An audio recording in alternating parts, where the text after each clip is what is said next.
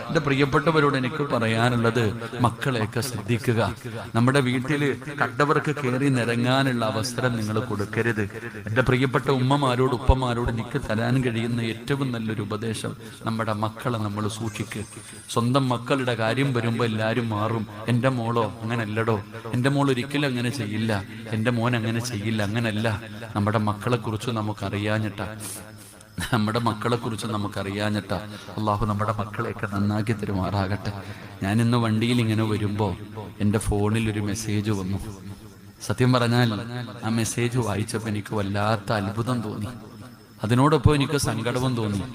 എൻ്റെ മൊബൈലിൽ ഒരു മെസ്സേജ് വന്നു. സത്യം പറഞ്ഞാൽ അത് നമ്പർ മാറിയിട്ടതാണെന്ന് എനിക്ക് മനസ്സിലായി. എൻ്റെ ഫോണിൽ വന്ന ആ ഒരു മെസ്സേജ് ഒരു പെൺകുട്ടി എഴുതിയ മെസ്സേജാ, പക്ഷെ നമ്പർ മാറി വന്ന ഒരു മെസ്സേജാ. അത് വായിച്ചപ്പോ വല്ലാത്ത സങ്കടം തോന്നി. അള്ളാഹു